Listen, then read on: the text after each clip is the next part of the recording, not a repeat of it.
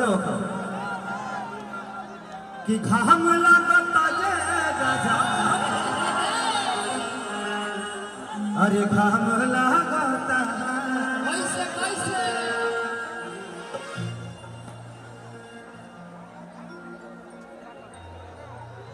ये करा का भइल रे आ गई लिए बहुत अच्छा शर्मा जी कहाँ बनी कि चैत के लहर कहर बहुत मुआवता कि चढ़ली जवनिया में अगिया लगावता कि तू तो परदेसवा में गईला भुलाई अभी गड़ता मन जब खेसरिया चैत गावता एको बढ़ा दो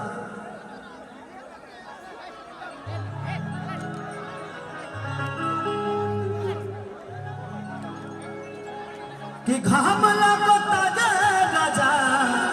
कैसे कैसे अरे घाम लगता काफी में कि घाम लगता ये राजा अरे घाम लगता तू तो बहरा में करे ललना चैत में हमारा घाम लगता आवा कि घाम लगता ये राजा घाम लगता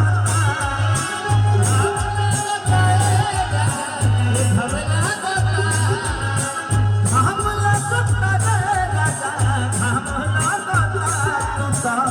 बहरा में करे ललना तू तो बहरा में करे ललना चैत में हमारा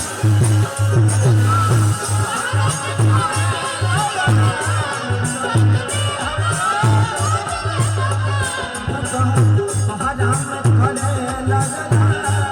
चैत में हमारा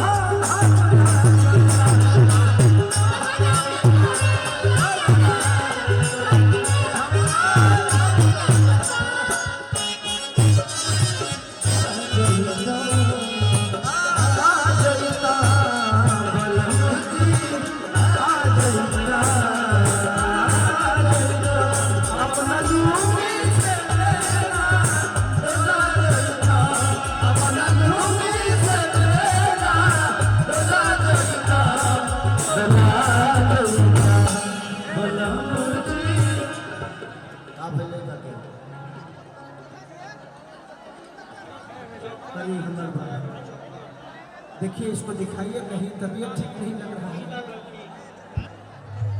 लव यू देखा है जी गिरते सही हो गए अरे बाप रे बाप ये मंच पर कुछ ना कुछ बा जरूर लड़का गिरते चले लगा तरह सब सुभाष ये मंच के तांत्रिक से बनौले बड़ा का लड़को आई लगा सब लड़का उड़ के आई ना उठ के खड़ा हो गए हमें से कहने की ज्यादा ना झुको मत झुको तू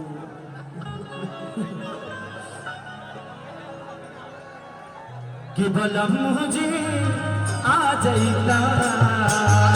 आ जाइता बलम मुझे आ जाइता अपना लूंगी से मेरा डोला जाइता अपना लूंगी से मेरा डोला जाइता बलम मुझे आ जाइता तू तो हमारा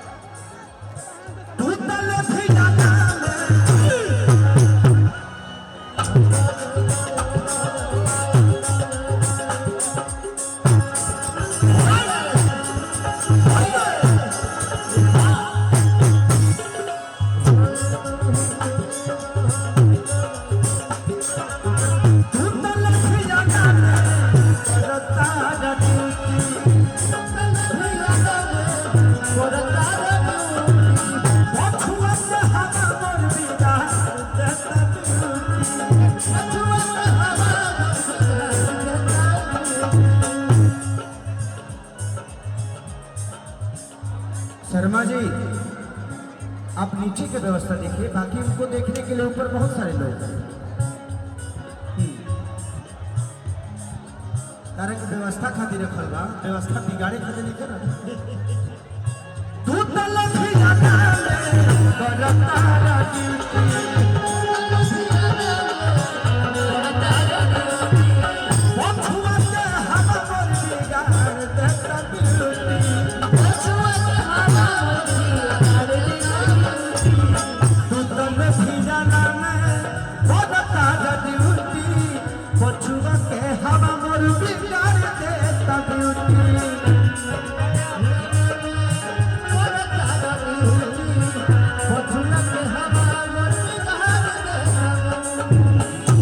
बाबू मंच पे आप लोग मत आओ, नहीं तो एक आदमी आएगा उसको देख के 10 आएंगे, पूरी व्यवस्था खराब हो जाएगी। आप मुझे प्यार करते हो, आपका प्यार सम्मानित है मेरे लिए, बट किसी क्या व्यवस्था है। मैं आपसे प्यार करता हूँ, ये मेरे हृदय में है, बट किसी की व्यवस्था में आकर मैं अब ऐसे करूँगा ना तो हंगामा होगा, 10 लोग और आएंगे, उससे व्यवस्था बर्बाद होती है। तो मंच की एक गरिमा है, वहाँ पे एक आदमी को देख के 10 चढ़ते हैं। तो इसीलिए थोड़ा सा आप लोग संयम रखो, दूर से मजा लो। अगर दिल में इतनी जगह खिसारी के लिए है तो बस प्यार करो। मैं प्यार करता हूँ आपसे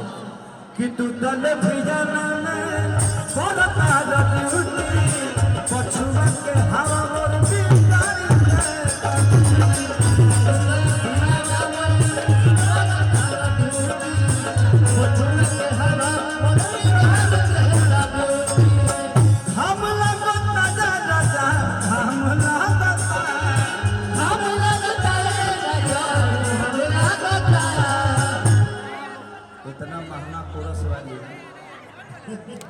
भाई। एगो एगो सुनो ना, वहाँ के तो माइक धइल है, निहो के खड़ा देलो एगो, दोनों आदमी माइक पर अच्छा गावेला। तू माइक पर गावे नी, मैं खूब गावे। ए बड़ा गई है, हमनी के संगे चली है, 3-4 गो माइक एक बार धा दे सब, और बढ़िया माइक पर ऊपर गा ली। बाबा के स्टूडियो में 5-6 गो माइक बा, ओ मैं अकेले गावे के पड़ेला, लेकिन रूम में रहेला स्टूडियो बा, भोकल रूम कि तू तले धीरा ना में तोला ताला ड्यूटी पछुआ के हवा मोर बिगाड़ के तब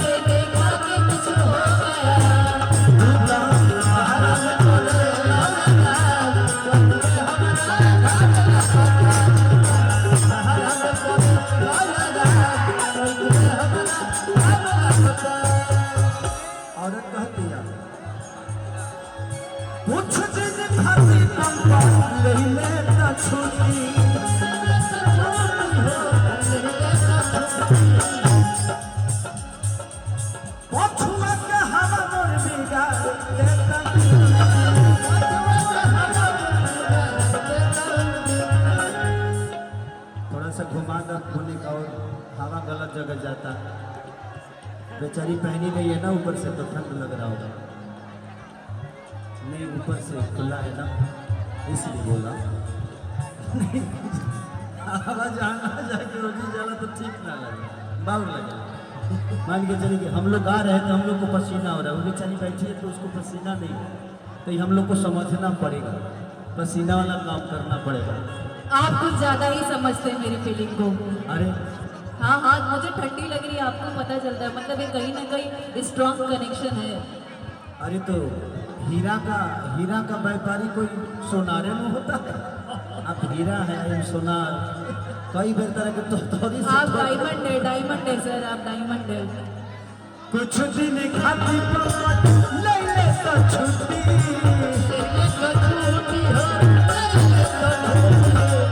छुआ के हवा मुट्ठी कर देता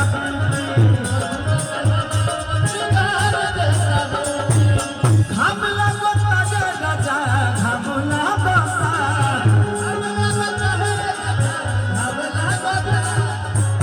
हे सरिया कि घरवा करे ना खेसरिया कौनो का आवा